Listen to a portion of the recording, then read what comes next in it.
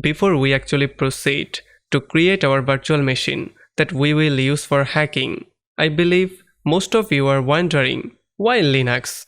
Why are we installing Linux operating system on a virtual machine? Can we hack using Windows or Mac OS? Well, yes we can, but Linux is something far better for that. So what are the benefits of using Linux? First thing that's great about Linux is that it is an open source operating system. This means we can inspect the code of it and see how it is made and what programs and functions it runs. It can be used for any type of work, not only for hacking. Many programmers also use Linux. Many servers all around the world are running on Linux. And another great thing about it is that most of the Linux distros are free of cost.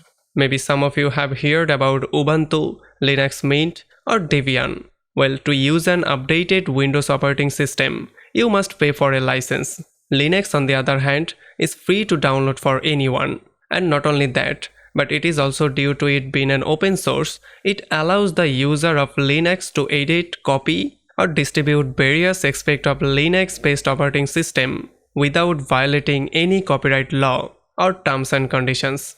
This is one of the main reasons hackers use Linux, because they can easily develop software used for hacking and penetration testing on Linux, and they can also change and edit the operating system for their needs. It is also very light, requires lesser disk space, consumes less RAM in order to run, so it can be easily run alongside any other operating system like Windows and Mac OS. And last but not the least is that, as we mentioned, due to Linux being an open source and allowing anyone to change and inspect with the operating system, it allows people to create an operating system that will specifically be made for one purpose, such as for example ethical hacking or penetration testing. And Linux distros like this already exist. There are Linux distros called Kali Linux, Pirate, Backtrack, and others that are especially made for penetration testing and checking for security loopholes.